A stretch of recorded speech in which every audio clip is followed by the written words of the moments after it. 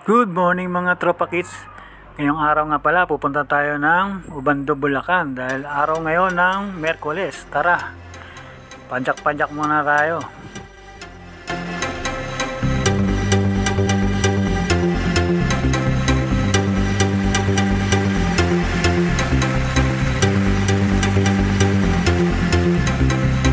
A few moments later.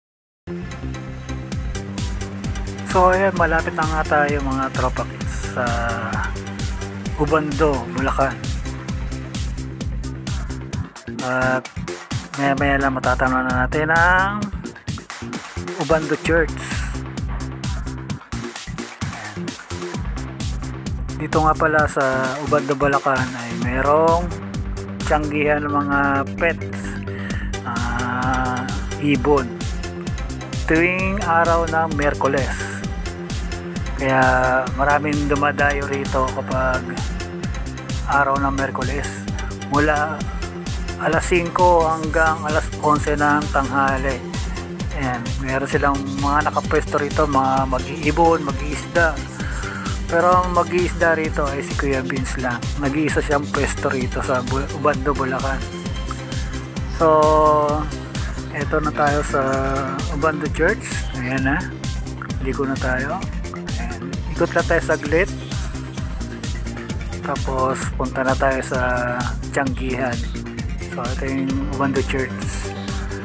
So ito na nga, at maaga tayo masyado kaya wala pa masyado nakapwesto sa ating tiyanggihan. Mga lapagan, ayan, puro nag-iisa pa lang. So ito si Kuya Vince, ito yung pwesto niya, no, sa mga isda niya. Ayan, mura-mura, 20 lang, oh, kada isang plastic, 20 pesos ang benta niya. So meron din siya mga gapi, at yung kanyang molly is puro long body pero breeder size na, lalaki. Ayan, may mga koi, feeder. So sayang, no, wala tayo dalang budget, hindi naman natin na paglaanan. So gusto ko lang mamasyal dito, gusto ko lang tingnan.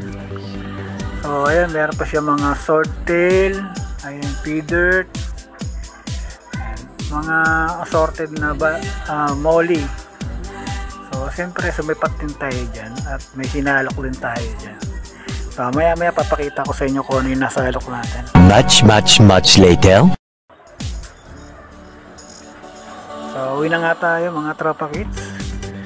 Ayan, punta muna tayo sa ating kuhanan ng ating mga aquatic plants. So dagdag tayo na aquatic plants natin para lagi malinaw yung tubig. Ang ating mga tubs. Kahit ilang beses mo bawasan to, parang hindi nababawasan, parang lalo silang dumadami.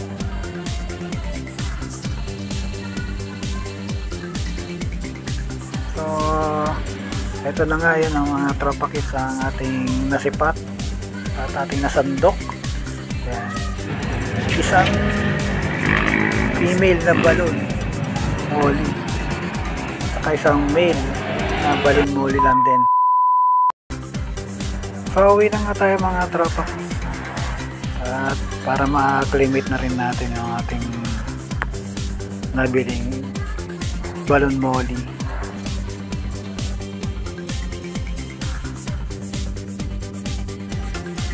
Much later. Ayan, nandito na tayo sa bahay mga tropa kids. At yan, naka-acclimate na ang ating mga isda. A few moments later. So ito na nga mga tropa kids, tapos na natin silang i-acclimate. Ayan po yung ating mga nabiling balon molly na tiyamba natin dahil puro long body yung tinda ni Kuya Vince. So ito yung isasama natin sa kanila na marble para makagawa tayo ng project na tricolor. So project na lang tayo pagdating sa Moli dahil wala tayong pambili. Hanggang sa muli mga Tropa Kits.